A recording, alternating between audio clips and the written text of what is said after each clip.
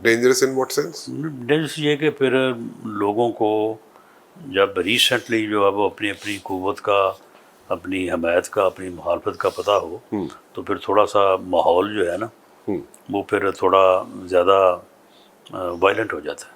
اچھا. تو اس لیے اتنی جلدی الیکشن جو ہے تو وہ تو میرا نہیں خیال کہ کوئی پرپز سرو کر سکے گا. Okay. So do you see this government completing its 5 years tenure؟ دیکھیں جی، گورنمنٹ نے اپنی میعاد پوری نہیں کرنی ہوتی، پارلیمنٹ نے کرنی ہوتی ہے. چلے پارلیمنٹ کی بات پارلیمنٹ کو کرنی چاہیے. کرنی چاہیے. اور میاں شہباز شریف صاحب کو؟ دیکھیں جی، میاں شہباز شریف صاحب اگر ہمارے کولیشن پارٹنرز کا اعتماد رہے گا تو وہ بھی کریں گے. کتنے چانسز ہیں کہ جتنے اتحادی ہیں ان کو اعتماد رہے گا شہباز شریف صاحب پہ 5 سال تک؟ دیکھیں جی، یہ تو کسی کے متعلق تو آپ کوئی غیب کی بات نہیں کر سکتے، لیکن بہرحال آصف علی زرداری صاحب جو پریزیڈنٹ ہیں ان کے متعلق جو میں نے ان کو قریب سے دیکھا ہے وہ معاملہ فہم آدمی ہے اور معاملات کو آگے چلانے میں یقین رکھتا ہے، توڑنے میں یقین نہیں رکھتا. تو میرا خیال ہے کہ کوئی ایسی صورت پیدا ہونے کے امکانات کم ہیں، لیکن بہرحال ہو سکتی ہیں. اچھا. جس طریقے سے تقریر کی آصف زرداری صاحب نے پارلیمنٹ میں ابھی ریسنٹلی، اور جس طریقے سے وہاں پہ احتجاج ہوا پی ٹی آئی کا، اس پہ نہیں، وہ احتجاج میں تو گالیاں دی ہیں انہوں نے. گالیاں دی؟ اچھا. یعنی جس قسم کے انہوں نے آوازیں کسے ہیں اور جس قسم کی انہوں نے وہاں پہ حرکتیں کی ہیں، وہ احتجاج تو احتجاج تو اپوزیشن کا حق ہے. پارلیمنٹ میں ہمیشہ اپوزیشن احتجاج کرنا چاہیے، یہ کانسٹیٹیوشنل اور لیگل رائٹ ہے ان کا. لیکن انہوں نے احتجاج تو نہیں کیا، انہوں نے تو بالکل یعنی جو ہے، دیکھیں ایک خاتون تھی نا، ایک خاتون حلف اٹھا رہی تھی، تو اس پر جو آوازیں کسے گئے ہیں ان میں بھی کچھ تھوڑا بہت کوئی شرم، کوئی تہذیب کا پہلو ہونا چاہیے. تو انہوں نے تو بالکل کوئی لحاظ نہیں رکھا. when you were the minister, interior minister, and آپ پہ بڑا کرٹیسزم ہوتا تھا کہ آپ نے پی ٹی آئی کو جس طریقے سے ہینڈل کیا، دیٹ واز لائک ویری روتھلیسلی آپ ہینڈل کر رہے تھے. نہیں، ان کا بھی اگریشن بڑا زیادہ تھا.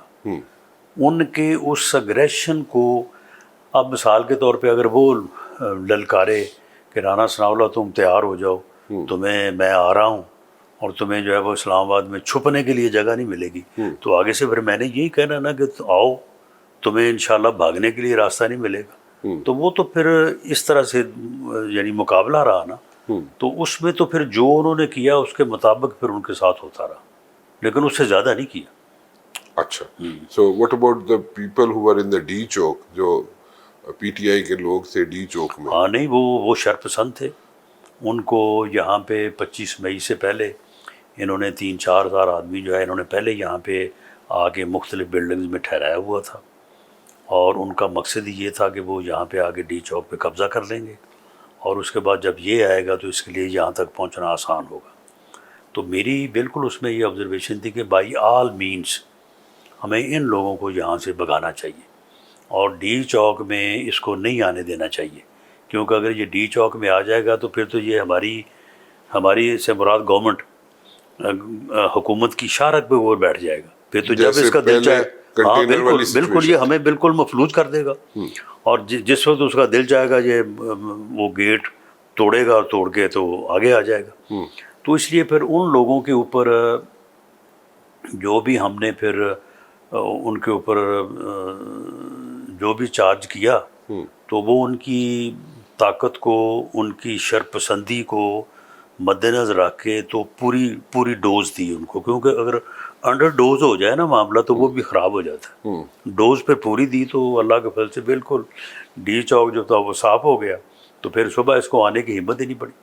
لانگ مارچ کی جو ڈیٹس تھیں وہ کلیش کرتی تھی، نئی اپوائنٹمنٹ ہونی تھی چیف آف آرمی اسٹاف کی. وہ تھا ہی اس لیے. اچھا. So you were clear about this thing. ایک ایسا انسٹیٹیوشن جو پاکستان کی انٹرنل ایکسٹرنل سیکورٹی کا ذمہ دار ہے، اس انسٹیٹیوشن میں اس کے ہیڈ کی تعیناتی کو ڈسپیوٹ کرنا ایسے ہی ہے کہ آپ پاکستان کی سیکورٹی کو ڈسپیوٹ کر رہے ہیں. اس آدمی نے دیدہ دانستہ منصوبہ بندی کر کے یہ کام کیا، اور 26 تاریخ کو اگر یہ انسانوں کا سمندر لانے میں یہاں پہ کامیاب ہو جاتا، یہ میں جانتا ہوں کہ اس سمندر کو ہم نے کس طرح سے ایک دریا میں اور دریا کے بعد ایک چھوٹی نہر میں تبدیل کیا. یہ نہ کرتے اور یہ یہاں پہ سمندر لے آتا تو میرا خیال ہے کہ پھر شاید یہ اپنی اس سازش میں کامیاب ہو جاتا. تو سازش سے مراد کہ وہ اپوائنٹمنٹ نہ ہو سکتی.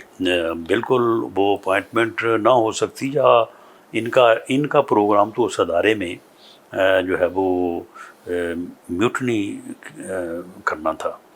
یعنی ان کے اپنے طور پہ میرا نہیں خیال کہ وہ ان کے جو پرسیپشنز ہیں یا ایزمپشنز ہیں وہ صحیح ہوں گے، لیکن یہ اپنے طور پہ سمجھتے تھے کہ جب ہم ادھر سے آ کے پورا پریشر ڈالیں گے، اندر سے بھی پریشر اٹھے گا اور پھر جو ہے نا وہ اس طرح سے ہو جائے گا. یہ ان کا ایک خاص ایجنڈا تھا.